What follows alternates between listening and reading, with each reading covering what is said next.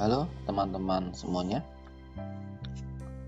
Selanjutnya saya akan membacakan subbab pertama dari bab 8. Penolakan membuat hidup Anda lebih baik. Sebagai perpanjangan dari budaya positif atau konsumen, banyak dari antara kita telah diindoktrinasi dengan keyakinan bahwa kita harus mencoba secara inheren untuk sedapat mungkin menerima dan mengafirmasi sesuatu. Ini yang menjadi batu fondasi sebagai berbagai macam buku berpikir positif.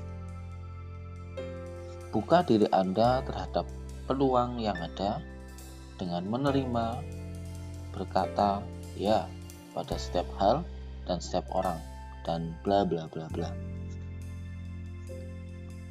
Tapi kita perlu menolak sesuatu. Jika tidak, kita kehilangan alasan untuk bertahan. Jika tidak ada sesuatu yang lebih baik atau lebih diinginkan daripada yang lain, kita akan merasa hampa dan hidup kita menjadi tanpa makna. Kita hidup tanpa nilai dan akibatnya kita menghidupi kehidupan tanpa tujuan.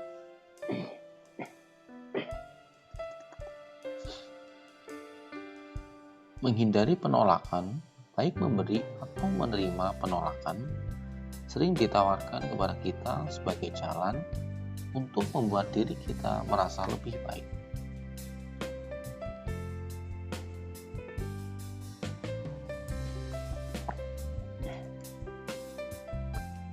Tetapi, menghindari penolakan memberi kita kenikmatan sesaat yang membuat kita tanpa kemudi dan tanpa arah dalam jangka panjang.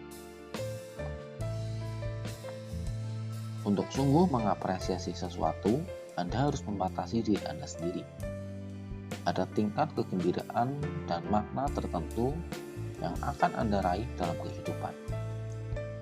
Hanya jika Anda menghabiskan puluhan tahun membina satu hubungan tunggal, satu karya tunggal, satu karir tunggal, dan Anda tidak bisa mencapai investasi tahunan itu tanpa menolak alternatif yang ada. Tindakan memilih sebuah nilai untuk diri Anda sendiri menuntut Anda untuk menolak nilai-nilai dari pilihan lain.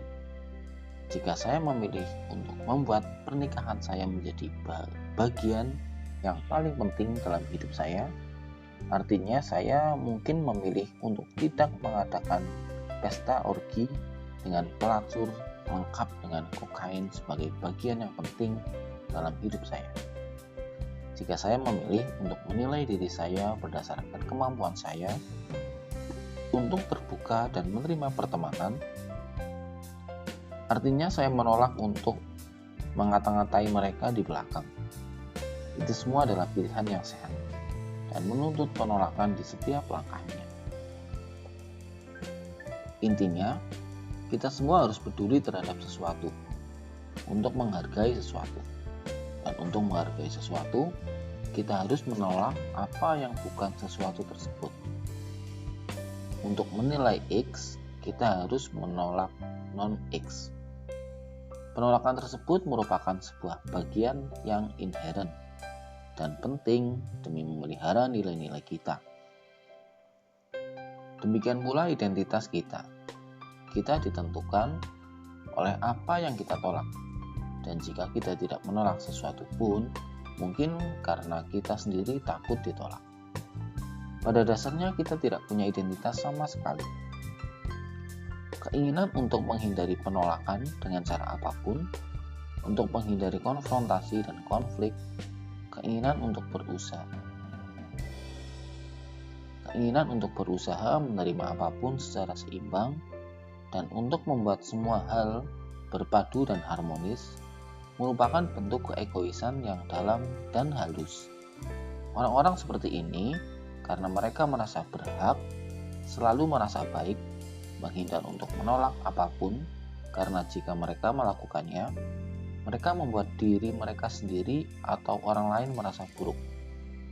Dan karena mereka tidak mau menolak apapun, mereka hidup dalam hidup yang tanpa nilai, disentrik kenikmatan, dan mematikan diri mereka sendiri.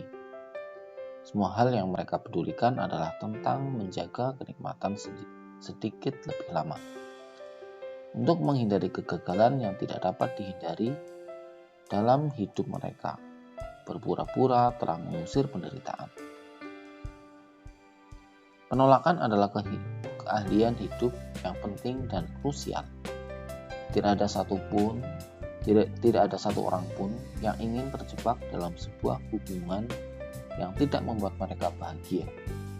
Tidak ada seorang pun yang ingin terjebak melakukan pekerjaan yang mereka benci dan tidak mereka percayai. Tidak ada orang yang menginginkan ketidakberdayaan akibat tidak bisa mengutarakan maksud mereka. Namun begitu, orang-orang memilih hal-hal tersebut sepanjang waktu. Kejujuran adalah kerinduan manusia yang alami, tapi kejujuran menuntut sebagian dari diri kita untuk tetap merasa nyaman saat mengatakan dan mendengar kata tidak. Dengan cara ini, penolakan sesungguhnya membuat hubungan kita lebih baik dan kehidupan emosional kita lebih sehat. Demikian pembacaan bab pertama dari bab 8. Selanjutnya akan saya bacakan subbab kedua dari bab 8, yaitu batasan, yang akan saya bacakan di video berikut.